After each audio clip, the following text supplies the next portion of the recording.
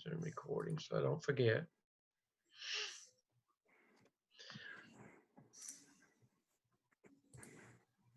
Dr. Revis, are you with us yet? Okay. I sure am. How are you? Okay, I didn't see you. Okay, I just want to make sure. Okay. And I'm here. okay, good. I just had pulled this up and I couldn't see everybody. So it's 7 o'clock. We're going to go ahead and get started. Welcome, and I hope with our unprecedented Easter Sunday, I hope everybody had a good Easter with their families, and I'm sure everybody figured it out and did the best they could under the circumstances. I think that's what we're all doing. I hope that all of you are safe and doing well. Alan just shared out a while ago. Alan's family had to be tested, but everything turned out well, and we're thankful for that, Alan, that that everything worked out well in your situation. And and if there's anybody else, we just stay safe. And I think that the big thing is that still stay in as much as you can and stay away from things. I've been watching the news a lot, and I think that we're reaching a point with some things. And they said I know, and they said in North Carolina today they had the most deaths, but then they also said that they could see things beginning to slow down based on the news that I saw today. So just let's don't stop doing what we're supposed to be doing, and just stay safe. Dr. Lamb, anything you want to say about the situation?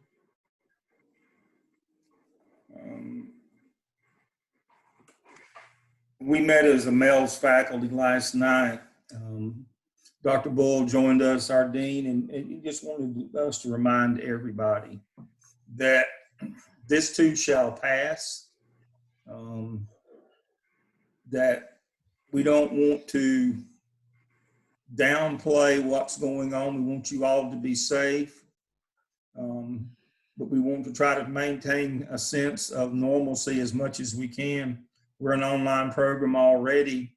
Your life has changed in terms of your work location, but in many ways, this may be a precursor for times to come.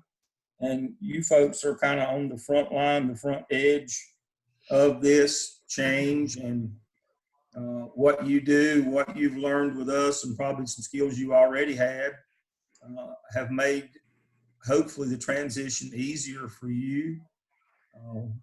So we hope that you're all doing well. We pray for your continued health and safety and that of your families.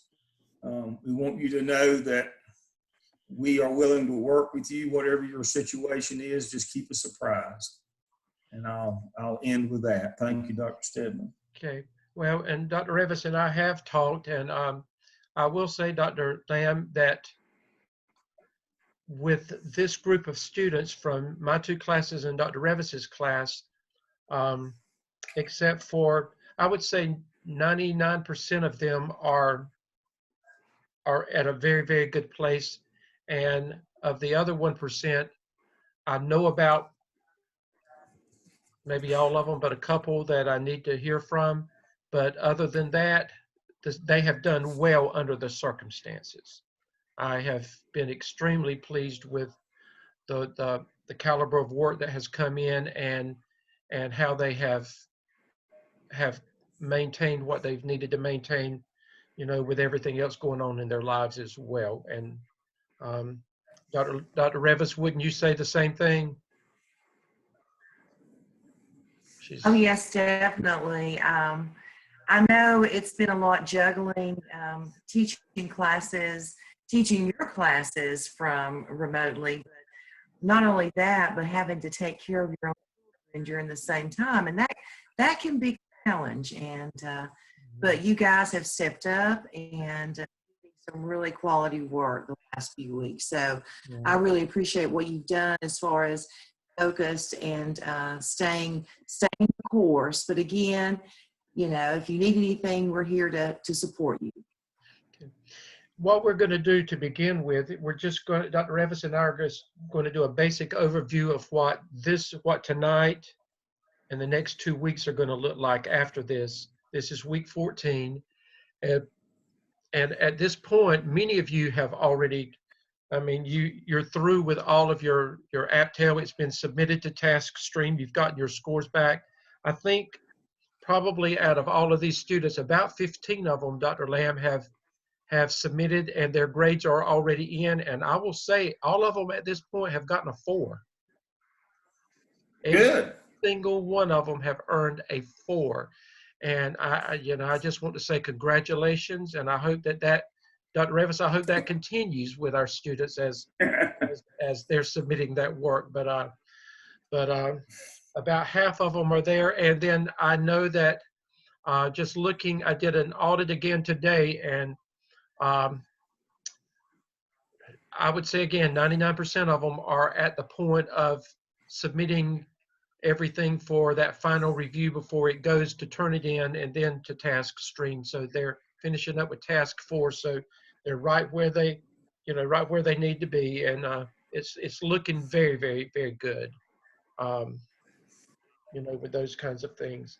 But we, and again, you see, you should be turning the APTEL into Dr. Revis and me to bring closure to it and to tell you that it's ready to go to Turnitin, or and then to submit to TaskStream. The process has not changed from what you did with the app. So next week, next week you need to put this date down.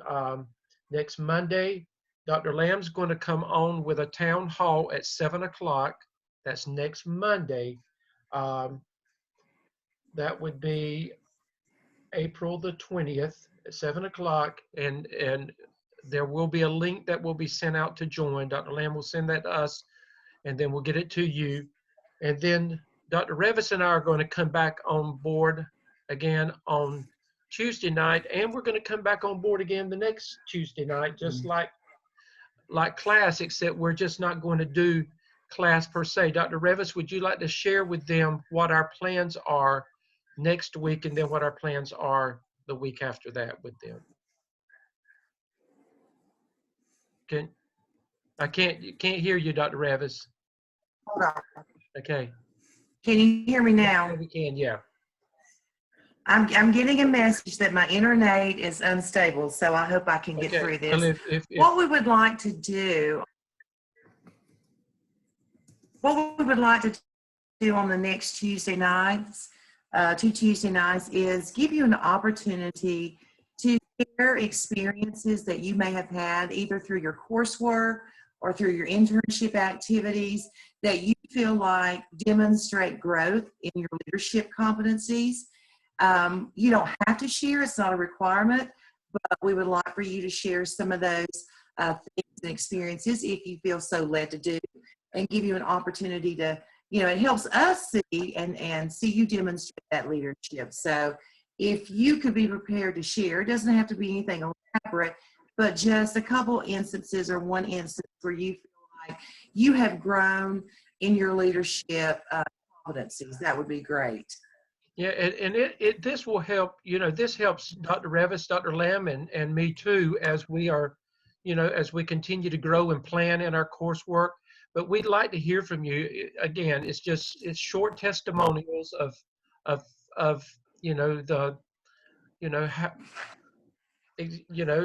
whatever you want to say, about your experience. And again, like Dr. Revis said, it's not something that's required, but we just wanted to give you that opportunity, and it's going to be very informal. We're just going to come online and talk. Next week, though, we'll be online for just a little bit. If there's anybody that is struggling with anything, we'll be on that. It'll be our last time that we'll come online, with questions and answers or whatever, other than if you contact us personally about things. But we'll spend a little bit of time with that. But the next 2 weeks, we're going to come online with whoever joins us, and we're just going to have casual conversation, with you, and as we bring closure to things. I think we've already talked about the APTEL and how just bringing closure to that, and you just need to get it to Dr. Revis and me. And if you have any questions about anything, or if there's an issue, then you just need to make contact with us personally. What I'd like to do at this time, Dr. now, Stedman? yes,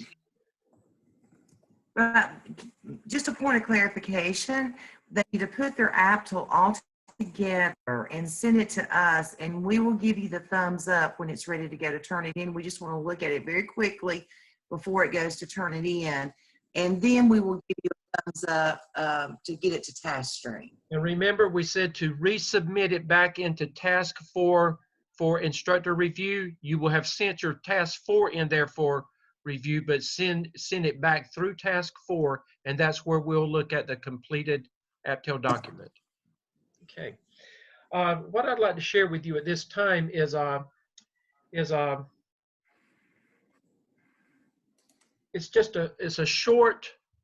very, very short PowerPoint, and let me go back up. I'm at the end of it. And it's talking about building school culture through teacher leadership, key tenets of effective principal leadership. This basically, Dr. Evans, as I went back and I looked at it again today, this summarizes everything that they have been doing with their work with the AppTel. This is again, everything that's in here is research-based. It's a research-based article. It's authentic information. We're going to begin by just talking about successful principals put their staff first, and we've talked about this by engaging in a shared leadership model and distributing leadership opportunities as a usual course of business, thereby promoting trust.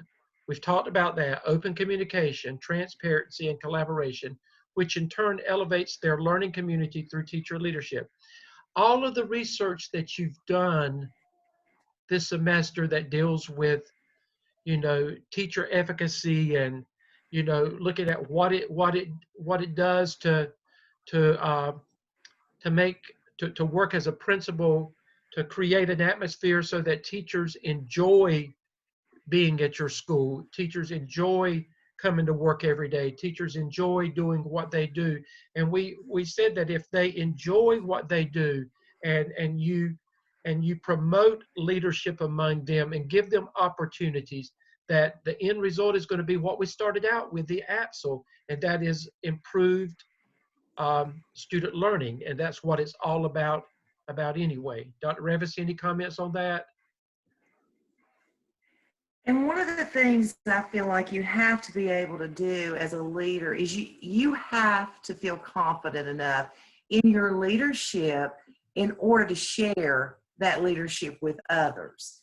But a word of caution, think about the case study that we did a couple of weeks ago, where you engaged your staff in leadership opportunities, you empower them, but be sure you give them the guidelines so that everyone's clear what the end result needs to be, because nothing will stifle that empowerment any more than you giving them an opportunity and then jerking it back away from them if you don't like their end product.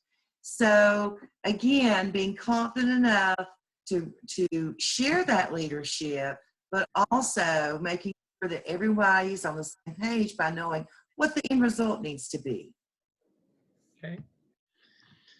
There are practical ways of achieving this goal that we're talking about, but it takes disciplined principal leadership with a relentless focus on teaching and learning.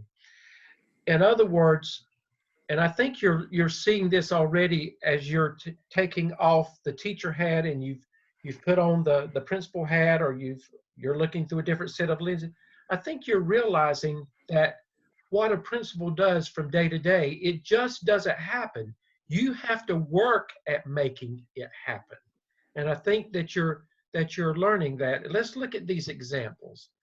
And these are tenets that I want. There's 5 tenets that Dr. Revis and I would like to talk about. The first one is the principal should be an accelerant of professional learning.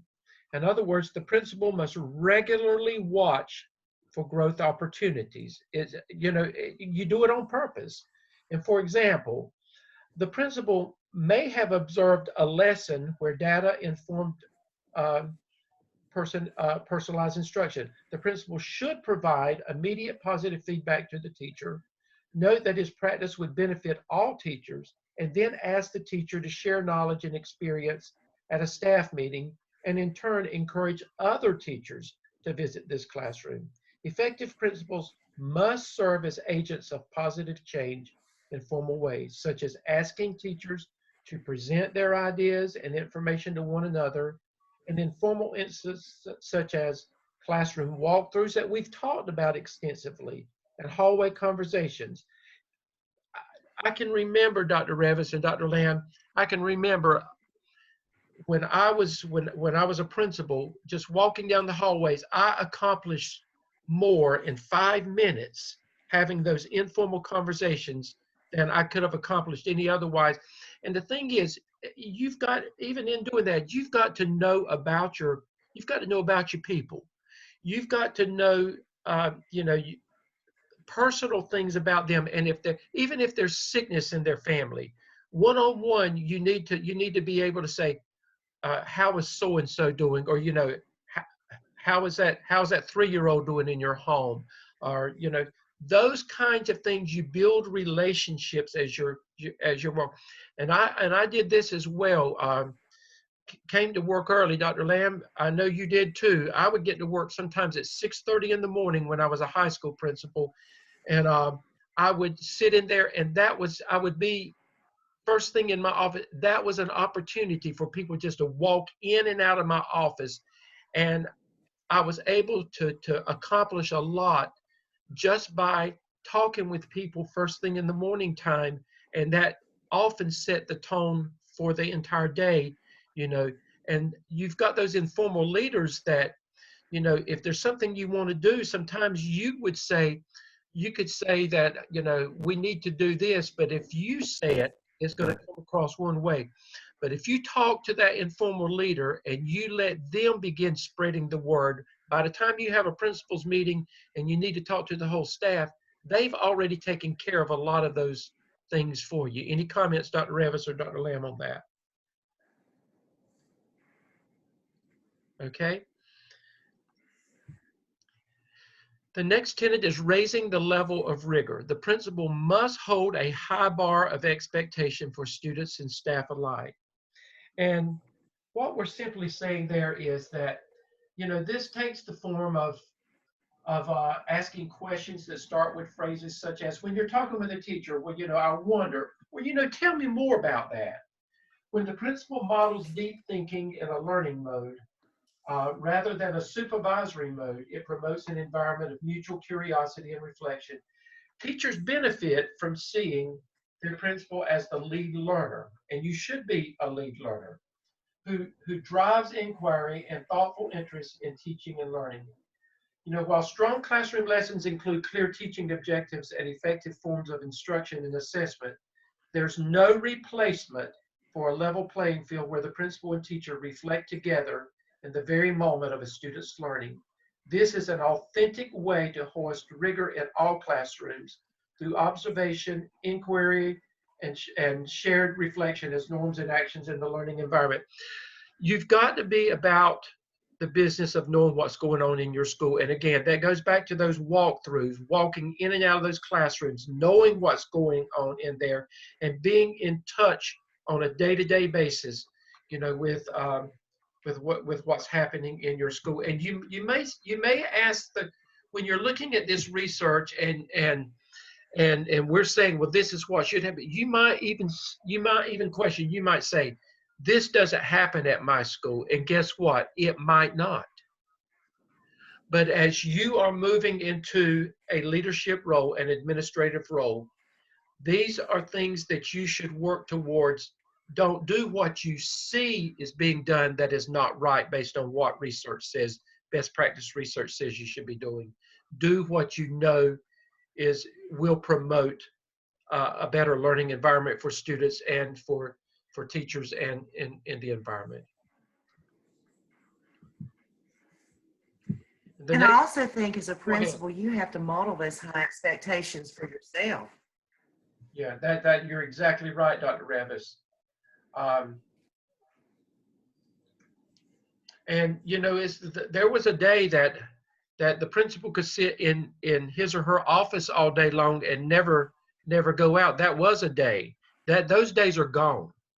You know, and Dr. Lamb even alluded to this at the beginning of our class. It said that, you know, when all of this is over with the COVID-19, when we go back to whatever normal's going to be, normal's not going to be like it has ever been before. And I think that all of you are already realizing that. I don't know what that's going to be, but I do think that things are going to be so differently. And as you are moving into administration, you're going to be challenged with doing things a lot differently than Dr. Revis and Dr. Lamb and I had to do when we were principals in school. You're going to be faced with new challenges. Extending and receiving help. The principal is responsible for creating learning atmosphere where the culture helps itself to reflect and extend mutual support and solve problems. The principal should be a conduit to connecting teachers by creating simple and effective ways of supporting one another.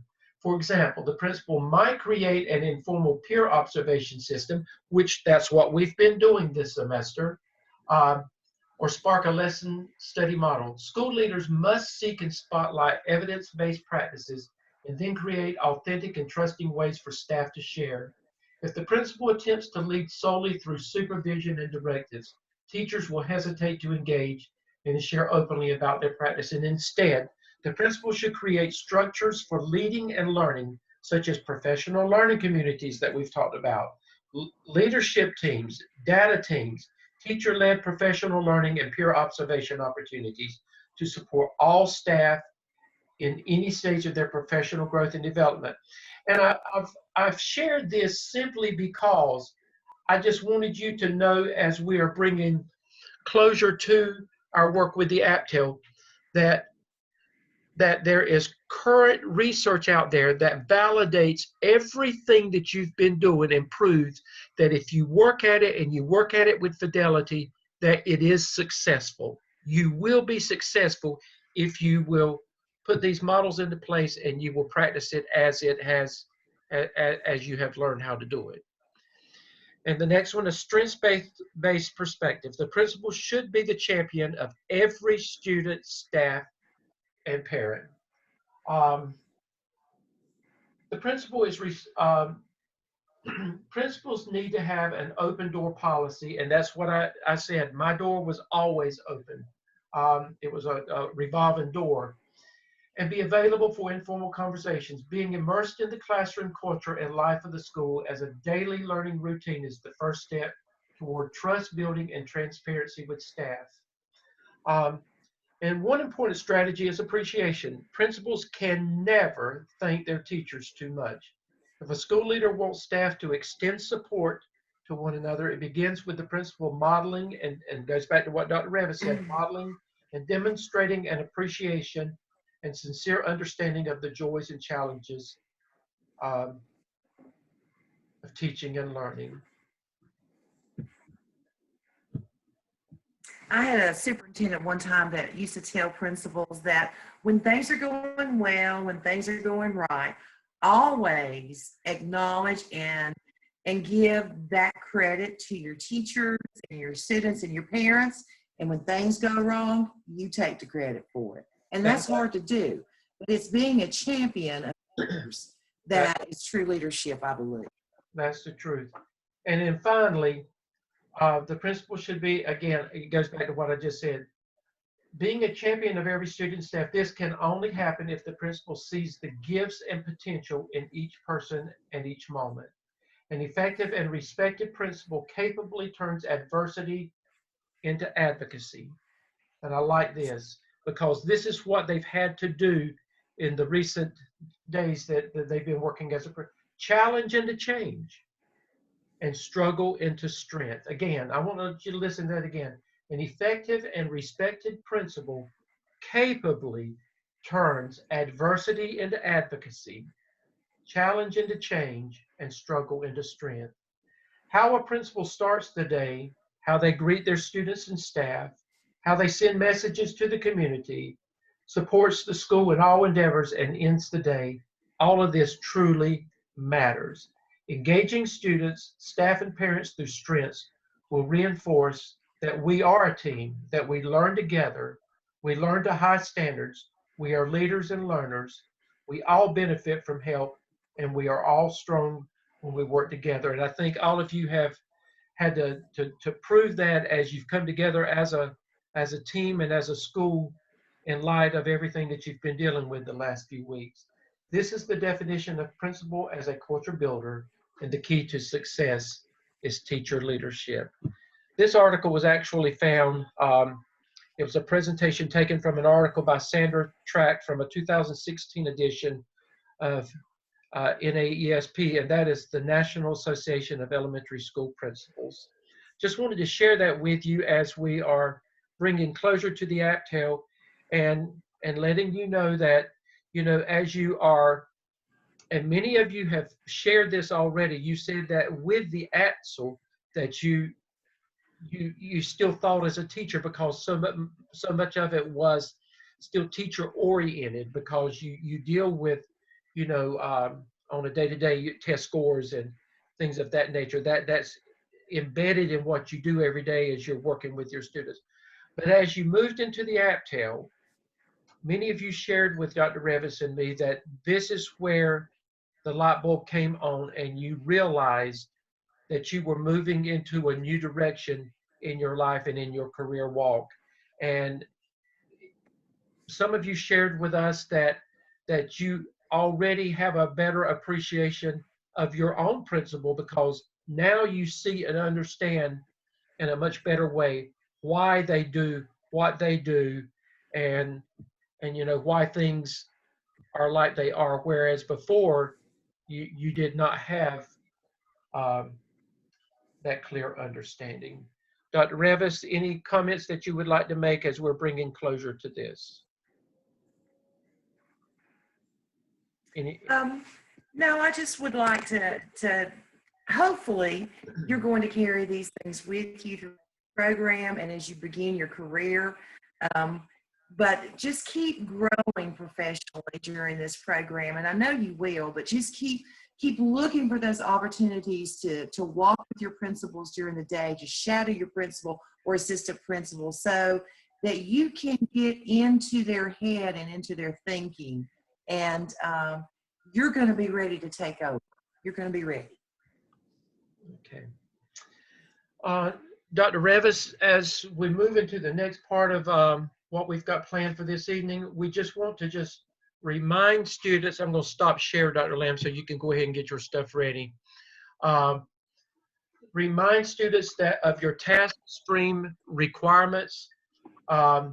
Remember that the School of Ed disposition is something that you should have already done. A few of you have not done that. That is something that you can go in there. It takes just a very few minutes. It's a self-assessment, but you need to go ahead and take care of that as soon as you can. The competency analysis, as soon as you have finished with the APTEL Task 4, then you can go on in there and complete your competency analysis in task stream, and that won't take long either. It has a place for narrative, but you do not have to do the narrative. You did the narrative when you completed task 5 of the APSL and task 4 of the APTEL. Those narratives have already been done, and you just need to go in there and decide whether you have met or you have not met that standard, and you put it into task stream for an evaluation. Gotten questions on our on our competency folio when we are putting in the Dr.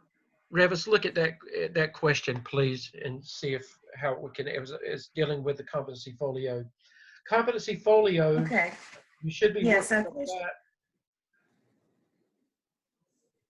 Do what, Dr. Revis? Yes, you should be working on your competency folio. And one thing you need to remember is you only need one artifact per competency this semester. I know that many of you that I have looked at and given feedback to from Dr. Sidman's class, you have put in 2 and 3 artifacts for one competency. Now that's great, but what we want to see you do is build that competency over your 3 semesters. So if you have a competency that does not have the APSL or the APTEL beside them, for example, environmental awareness, do we still need to put a narrative in there now? Well, first of all, you don't put a narrative. You're putting artifacts with a brief description of the artifact. But that's where you would draw something from your internship, clinical internship experiences. And those are called open-ended. You need one open-ended for each one of those 21. So that's where you would fill in with an open-ended. Remember, this is not a place where you do reflections. This is a place where you are demonstrating your experiences in the competency through those artifacts. So don't get wordy, don't pontificate, don't theorize, don't do all that stuff. Tell us what it is you're uploading and a brief statement as to how that connects to the competency. And boom, you're done. Remember, you're having to prove it. The artifact is your proof that you have done it. We need proof that you have done that. And remember, all 21 has to be addressed. You have, Dr. Lamb has done it at least twice and I think 3 times, but you've got the videos on that. And I think, Dr. Revis, I think it's under week 12. I think anyway, it's under week 11 or week 12. You've got the, I think it's week 12. You've got the whole video. It's week 12. Thank you, Tina. It's under week 12. The whole video is there, and we've sent you that, and we've got it under week 12, you know, for your future reference. So you can go back and look at that again. And Dr. Lamb has explained it step by step again, what you need to do there. And then with your internship, and I've responded to a lot of students with that. Remember, we sent out information showing you how some alternative ways to complete your internship, even with some of the virtual things that you're doing. For the most part, I think students are figuring that out. If you have any issues with that, you need to communicate with Dr. Revis and me, and we can talk with you about it and help you, you know, figure out how, you know, how we can make it count and work in there. So just talk to us individually if there are any issues concerning your internship logs. And remember, your folio and your internship log are submitted to TaskStream not for evaluation, but for comments only. If you are in my 2 classes, they go to Dr. Revis. If you are in Dr. Revis's class, then they need to come to me. Dr. Revis, I've looked at 5 students in the last couple of days from you, so they're coming in. So Dr. Lamb, okay, good. Over to you at this time. All right.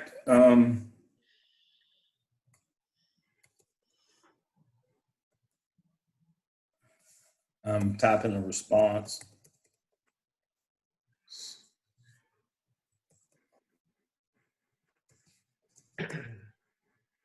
And this is a question that everybody, I'm going to address. And Dr. Lamb, while you're there, address too about the Title IX. I sent that message out, but I had a couple of questions about, address that while we're online. Okay. The Title IX training is usually for only us who are campus-based, but since we're all online now, the university made a decision that they want everybody to go through Title IX training. It'll be new for you folks, but it'll be a good review for what we're going to cover, which kind of leads me into next semester. We'll cover Title IX and those kinds of things next semester, but you will need to complete that training. It speaks to your behavior, your actions, your language while you're online in these Zoom sessions. We've already established our norms and behaviors, but it's a good review for all of us in terms of the way that we should comport ourselves professionally. It's a good review for potential school administrators as well.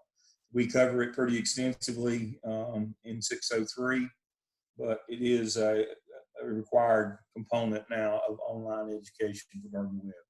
I also had a question about scholarships and grants. Grants are generally through your school district in terms of paying for school. Gardner-Webb had a graduate scholarship that has been discontinued at this time. And so we have a person who works for us at Gardner-Webb.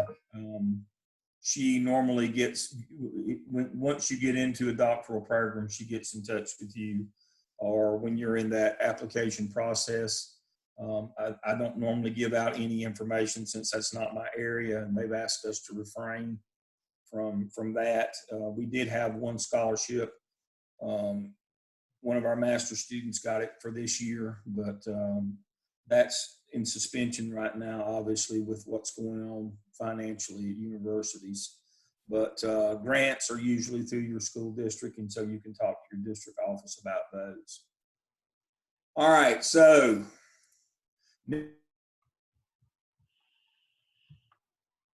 next semester, you will be with me in MEL 603. It's our law and finance block. We're going to take what you've learned in this block about instruction and about professional development, and we're going to use those in putting together how to manage a school. There is some leadership in 603 in terms of how you build a schedule through EVOS, which teachers get the best results. So you're now prepared to do that. You know how to look at your test scores. You're able to track those back to individual teachers. That plays a major role in building the master schedule for a school. So we're going to focus on law and finance. We're going to focus specifically on building a master schedule, how to get the most out of your school through your schedule. And we're going to schools are built on a triangle. The two bases of the triangle are your master schedule and your school budget. And then they have to support the top of the triangle, which is your school improvement plan. Everybody knows the most important thing in school is student achievement. So if I ask you next semester, what's one thing, the most important thing, if you told me about your school context, it would be your academic achievement. That's why we're here. That's what we do. That's our role. That's our job. Well, what has to support academic achievement is the school budget.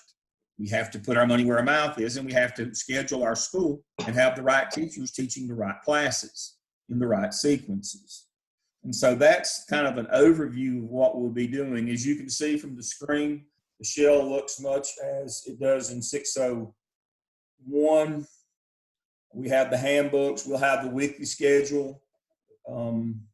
Weekly schedule pretty much covers what you'll be expected to do each week. You understand that.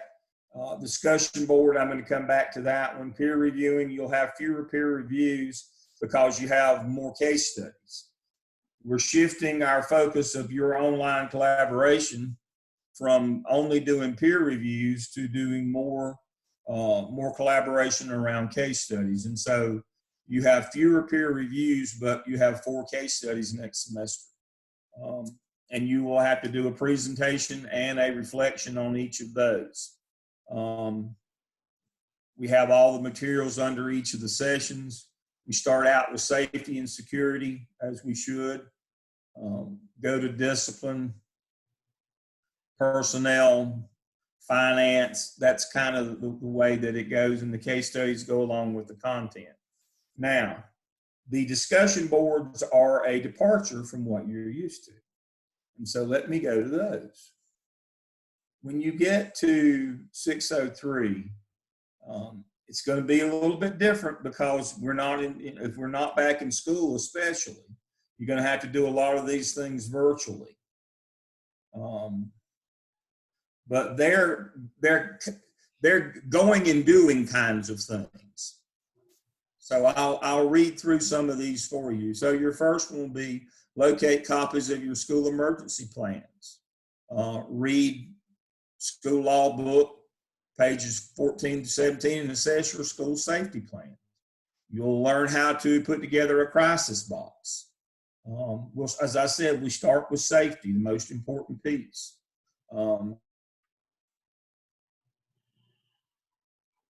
Then we examine your school district. What would you do if you had a minor accident and you were in charge? Reflect on the fact that educators have been financially responsible for malpractice, mispractice, or non-practice. We call those feasance, malfeasance, non-feasance, and misfeasance. But if you didn't do your job, reflect on the fact that you can be held personally financially liable for that. Observe the student due process in school, a discipline incident. Interview an AP or other school disciplinarian. What system of discipline do you use? Examine the district policy on cyberbullying.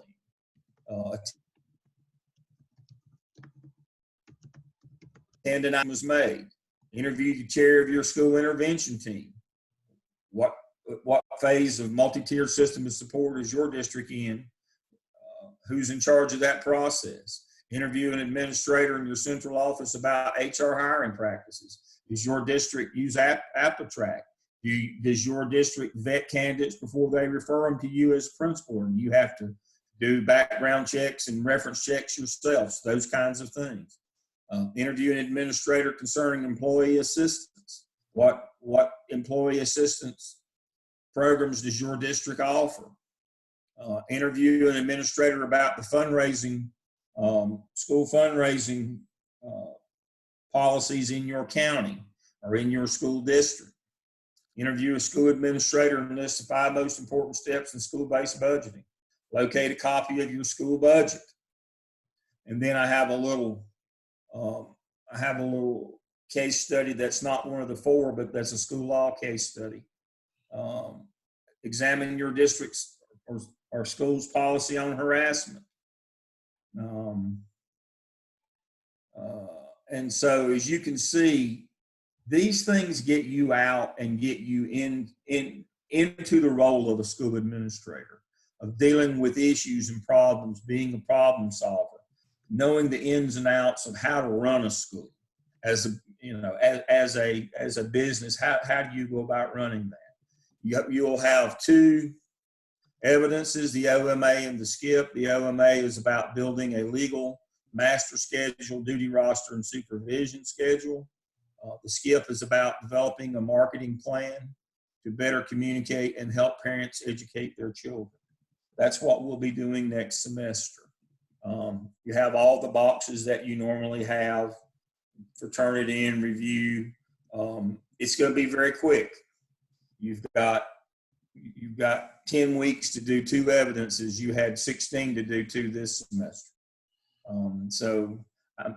To that end, I'm going to come online Monday night, and I'm going to kick off the summer, give you a month, 4 weeks advance on summer, on the OMA and the SKIP. I'll cover most specifically the OMA on Monday night. So hopefully by then you'll have concluded your APTEL. That's the way that we paced you, or you were paced this semester by Dr. Revis and Dr. Stedman, so that Monday night we can start focusing on the OMA and pulling together all the resources it takes to put that together. There are a lot of things you have to pull together for the OMA.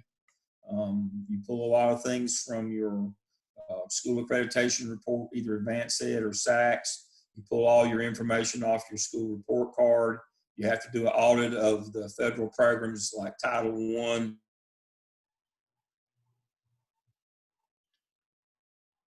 Information about what your school offers.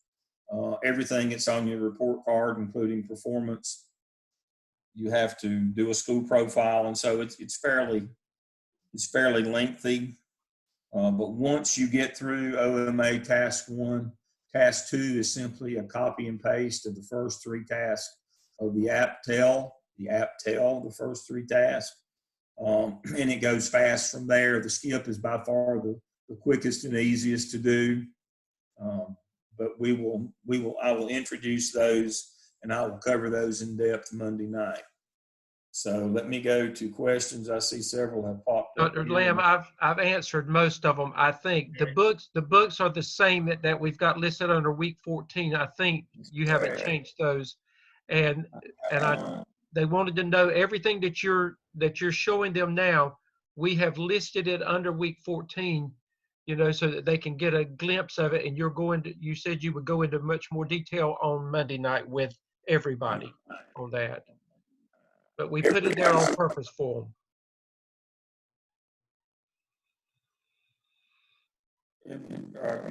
I'm frozen, you're frozen. So if you'll look under your week 14. Okay. We're losing you, Dr. Lamb. My connection is poor. The textbooks, the case studies, the discussion boards that I just showed you, all that stuff is under week 14. That's where you'll find these things. Devin, I put this one, the textbook one there. You might want to check all the other classes to make sure that it's there as well. Because I think I just dropped it here, but everything else is there. But yes, this is what I will be covering on Monday night, and I'll be covering the OMA and the skip as well. Those are in your handbook. You can look at those at any time. Come up here to Mel's handbook, scale handbook, as the OMA and the skip already in it. Yeah. What I would advise those of you that are at a place that you can go ahead and get started. I know many of you are through with the AppTel. This is an opportunity to go ahead and look at those discussion board activities and begin pulling this information together, and you can begin working on this ahead of time.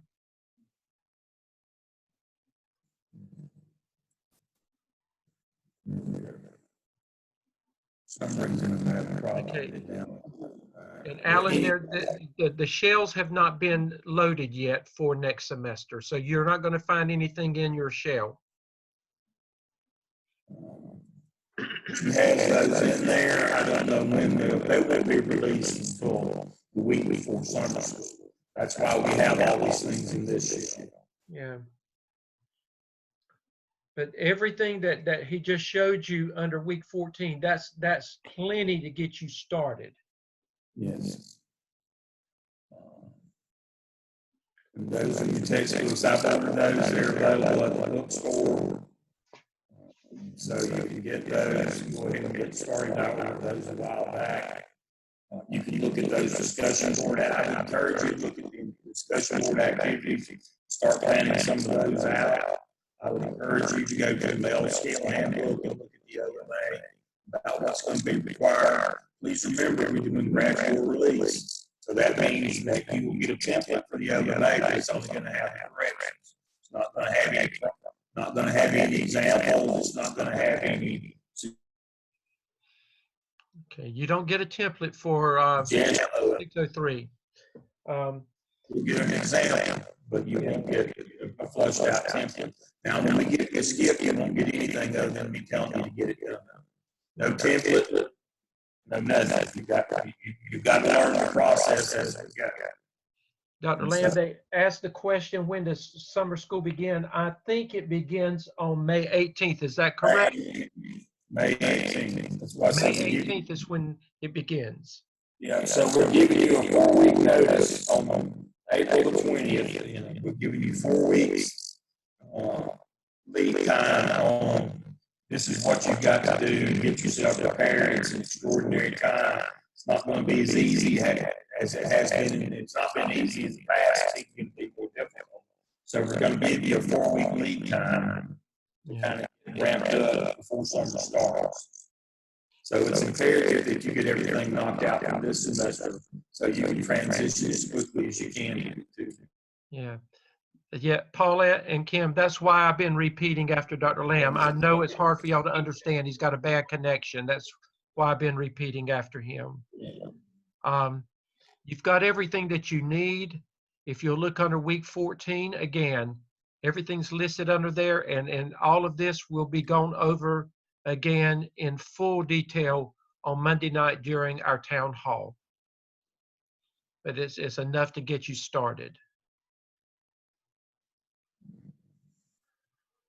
Dr. Lamb, I think that's it. I don't have anything else. Dr. Revis, do you have anything else? I do not. Okay, there's a lot of bad connections everywhere. People's internets have been down. There's just been a lot going on, and we understand that. But we thank you for joining this evening, and we look forward to seeing you on Monday night during the town hall. In the meantime, if you need Dr. Revis and me for anything, feel free to contact us, and to we're here. I stay home all the time now. Dr. Lamb, can you talk now? Is it any better? You still sound like a robot. Yeah. Okay, we're gonna leave now. We'll see y'all on Monday night then. Good night, everybody. Have a good week. Okay.